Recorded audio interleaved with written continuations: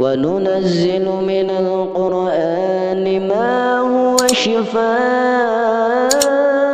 ورحمة للمؤمنين ولا يزيد الظالمين إلا خسارا.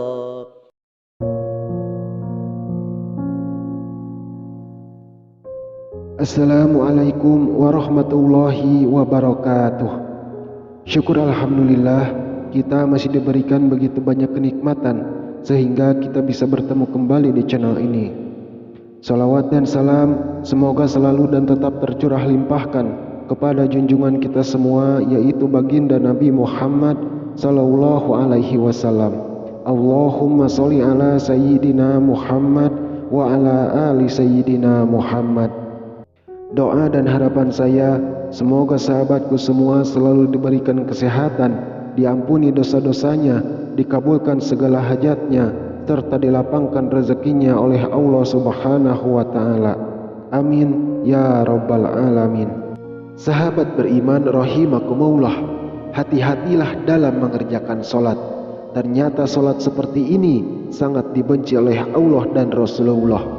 Kebiasaan sholat yang salah seperti ini haruslah dihilangkan, segera dirubah menjadi sesuai rukunnya agar tidak dibenci Allah dan Rasulullah. Allah dan Rasulullah sudah mengingatkan melalui dalil dan hadis untuk tidak mengerjakan sholat seperti ini. Dalam 5 rukun Islam, sholat adalah rukun pertama yang wajib dikerjakan meskipun berada pada kondisi yang tidak memungkinkan. Sholat adalah hal yang wajib dikerjakan meskipun tidak bisa berdiri, maka dibolehkan untuk duduk, berbaring, bahkan bisa dikerjakan dengan hati. Karena itu sangatlah tak logis apabila seorang mengaku beriman kepada Allah namun meninggalkan ibadah yang berfungsi sebagai tiang agama. Sekalipun sholat merupakan tiang agama, ternyata ada beberapa jenis sholat yang sangat dibenci oleh Allah Subhanahu wa Ta'ala. Dalam ajaran agama Islam, sholat bukan lagi ibadah yang perlu dipertanyakan tentang status hukumnya. Di berbagai dalil Al-Quran maupun hadis, Allah Subhanahu wa Ta'ala serta Rasulullah Sallallahu Alaihi Wasallam telah menetapkan dengan jelas. Sudah ditetapkan mana sholat yang wajib dan mana yang sunnah. Namun meski demikian, masih banyak sekali orang yang menyepelekan sholat. Rasulullah Shallallahu Alaihi Wasallam bersabda, inti dari segala perkara adalah agama Islam dan tiang penopangnya adalah sholat. Hadis riwayat Tirmizi. Meskipun sholat merupakan tiang agama, namun bagi segelintir muslim saat ini kedudukan tersebut kerap kali dianggap enteng. Alhasil, sholat yang seharusnya mampu mendatangkan pujian dari Allah justru berubah menjadi ibadah yang sangat dibenci Allah dan Rasulnya. Bagaimana tidak, esensi utama dalam sholat adalah mencari ketenangan dan kehusyuan. Mengerjakan sholat harus dengan ketenangan dan kehusyuan, atau yang bisa disebut dengan tumaninah. Sholat tanpa tumaninah bisa menghilangkan ruh dari sholat itu sendiri. Dan parahnya, sholat yang seperti cacing kepanasan, terburu-buru tanpa menyertai tumaninah sering terjadi di sekitar kita. Ada sebuah hadis yang perlu kita ketahui, di mana Rasulullah pernah mengibaratkan orang yang sholat tanpa tumaninah sama dengan kejahatan seperti seorang pencuri. Rasulullah Shallallahu Alaihi Wasallam bersabda, sejahat-jahat pencuri adalah orang yang mencuri dari sholatnya. Para sahabat pun bertanya, wahai Rasulullah, bagaimana dia mencuri dari sholatnya? Beliau pun menjawab, orang yang tidak menyempurnakan ruku dan sujudnya. Hadis riwayat Ahmad.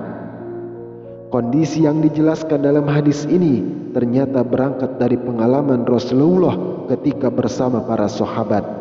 Hari itu setelah Rasul selesai melaksanakan sholat berjamaah, tiba-tiba seorang laki-laki masuk ke dalam masjid dan langsung mengerjakan sholat sendirian. Anehnya, ketika sholat, laki-laki itu melakukan gerakan ruku dan sujud tanpa disertai jeda.